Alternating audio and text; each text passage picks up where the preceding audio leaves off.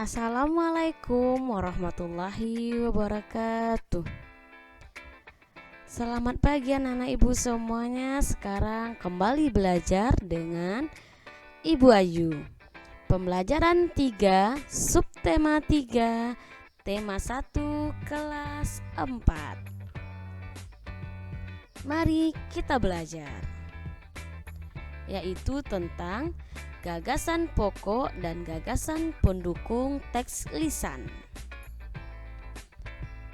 Apakah anak-anak ibu tahu apa itu teks lisan? Teks yang kita dengarkan dari seseorang. Mari menyimak teks yang ibu bacakan. Apakah anak-anak ibu siap menyimaknya? Sekarang akan ibu bacakan teksnya. Edo menyediakan beragam makanan khas Maluku di meja makan. Makanan itu adalah singkong rebus, ubi rebus, pisang rebus, nasi jaha, ikan cakalang, gohu, dan sambal colo-colo. Imam, Halimah, Bernadus, dan Made merasa asing. Ternyata Edo yang dari Maluku jarang makan nasi. Bagi mereka sagu, singkong, ubi, pisang rebus, atau nasi jaha sebagai pengganti nasi. Nasi jaha terbuat dari ketan atau beras yang dimasak dengan santan lalu dibungkus daun kelapa dan dimasak dalam bambu. Colo-colo adalah sambal yang terbuat dari potongan cabai, tomat, bawang merah, serta ditaburi garam dan perasan jeruk nipis. Makanan gohu merupakan campuran sayur dan parutan kelapa yang dibubuhi perasan lemon cuy. Jika di masyarakat Jawa semacam urap. Nah, apakah anak-anak ibu tahu apa isi teks yang ibu bacakan? Pasti sudah. Sekarang kita belajar tentang gagasan pokok. Gagasan pokok terletak pada kalimat utama. Perhatikan kembali teksnya. Kita sekarang mencari kalimat utamanya. Kalimat utama pada bacaan ini terletak pada kalimat nomor 1. Pada bacaan ini kebetulan terletak pada kalimat nomor 1. Anak-anak ibu pahami tidak selalu kalimat utama terdapat pada kalimat nomor 1 atau pertama. Nah, apakah kalimat utama pada bacaan yang ibu bacakan tadi? Mari kita lihat teksnya. Nah, inilah kalimat utamanya. Edo menyediakan beragam makanan khas Maluku di meja makan. Itulah kalimat utamanya, yaitu terletak pada kalimat nomor 1. Sekarang kita lihat gagasan pokok. Gagasan pokoknya berarti berada pada kalimat utama ini. Coba diperhatikan. Gagasan pokoknya yaitu keragaman makanan khas dari Maluku. Nah, itulah gagasan pokok kalimat utama pada teks yang ibu bacakan tadi. Selanjutnya kalimat nomor 2 sampai nomor 9 disebut dengan kalimat penjelas. Berarti kalimat yang menjelaskan dari kalimat utama. Sekarang gagasan pendukung. Apa itu gagasan pendukung? Gagasan yang mendukung dari gagasan pokok atau menjelaskan dari gagasan pokok. Gagasan pendukung terdapat pada kalimat penjelas. kalimat penjelas pertama pada kalimat nomor 2 karena kalimat nomor 1 sudah kalimat utama. Berarti kalimat nomor 2 sampai 9 merupakan kalimat penjelas yang menjelaskan dari kalimat utama. Sekarang kita lihat kalimat penjelas pertamanya, yaitu pada kalimat nomor 2.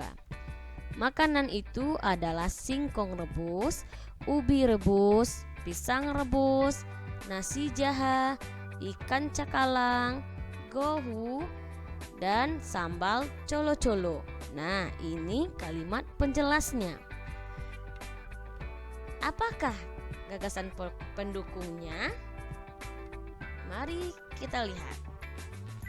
Gagasan pendukungnya terletak pada kalimat nomor 2 ini, yaitu ada makanan singkong rebus, ubi rebus, pisang rebus, nasi jaha, ikan cakalang, gohu, dan sambal colo-colo. Ini kita dapati dari kalimat penjelas. Gagasan pendukungnya tidak semua yang ada pada kalimat penjelas kita tulis. Kita tulis hanya inti dari kalimat penjelas ini, namanya gagasan pendukung. Sekarang kita mengamati. Perhatikan gambar ibu yang 2 ini. Apa yang mereka lakukan?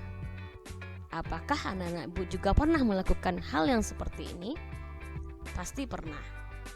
Gambar yang pertama, ada seorang anak yang berteriak di lapangan bola. Gambar kedua, seorang anak berteriak di kamar mandinya. Bagaimana kedengaran bunyi dari suara anak-anak ini? Apakah anak-anak ibu tahu? Mari kita pelajari lebih lanjut. Bunyi dapat dipantulkan, diserap, dan diserap. Pertama, pemantulan bunyi. Sebuah kelereng yang kita lempar ke dinding yang keras akan mengalami pemantulan. Demikian juga dengan bunyi. Bunyi suara kita dipantulkan kembali atau bunyi benda dipantulkan kembali. Bunyi juga dapat memantul jika dalam perampatannya dihalangi oleh benda yang permukaannya keras seperti kayu, kaca, dinding, atau besi. Kedua, penyerapan bunyi. Bunyi juga dapat diserap. Benda-benda yang dapat menyerap bunyi adalah benda yang permukaannya lunak. Benda yang demikian disebut peredam bunyi. Misalnya karpet, goni, kertas, kain, busa, dan wol. Benda tersebut dapat digunakan untuk mencegah terjadinya gaung atau kerdam. Kira-kira anak ibu tahu di manakah kita temukan adanya penyerapan bunyi ini? Yaitu kita lihat di dinding dan langit-langit gedung pertemuan, studio rekaman, dan gedung bioskop yang dilapisi dengan bahan-bahan supaya tidak terjadi gaung atau kerdam. Selanjutnya kita pelajari macam-macam bunyi pantul. Pertama, gaung atau kerdam. Anak-anak ibu perhatikan gambar ini. Gambar ini adalah gambar ruangan kosong yang tidak ada benda di dalamnya. Gaung atau kerdam terjadi karena bunyi dipantulkan oleh dinding yang jaraknya tidak jauh dari sumber bunyi. Hal itu menyebabkan datangnya bunyi pantul bersamaan dengan bunyi asli yang belum selesai terucapkan. Nah, apabila kita sini berteriak, ada dinding di dekat sini, maka terjadinya bunyi pantul yaitu gaung atau kerdam. Nomor 2 yaitu gema. Gema terjadi di tempat yang seperti ini. Apa itu gema? Gema terjadi karena bunyi dipantulkan oleh dinding yang jaraknya jauh dari sumber bunyi. Hal itu menyebabkan datangnya bunyi pantul setelah bunyi asli selesai terucapkan. Jadi, bunyi pantulan terdengar lengkap sesudah bunyi asli. Gema juga terjadi di tempat ini. Gema sering terjadi di gua-gua, lembah-lembah, dan bukit-bukit yang jaraknya jauh serta permukaannya keras dan rapat. Gema ini dipergunakan untuk mengukur kedalaman jurang atau gua. Itulah materi kita hari ini anak-anak ibu. Sekarang latihan. Latihan yang pertama yaitu bahasa Indonesia. Anak-anak ibu menuliskan gagasan pendukung pada kalimat nomor 2 sampai 9 cerita yang ibu bacakan tadi. Kedua, tugasnya IPA yaitu melakukan percobaan. Langkahnya adalah 1. Ambillah beberapa botol atau alat lainnya yang menghasilkan bunyi seperti ember, gelas, atau kaleng. Kedua, bunyikan peralatan tersebut di dalam ruangan. Setelah itu yang ketiga, anak ibu bunyikan peralatan itu di luar ruangan. Lalu catatlah hasilnya dan bandingkan. Apakah anak-anak ibu siap melakukan percobaan ini? Pastinya sudah siap. Selamat mencobakan. Sekian dulu pembelajaran kita hari ini. Sudahi. Assalamualaikum warahmatullahi wabarakatuh.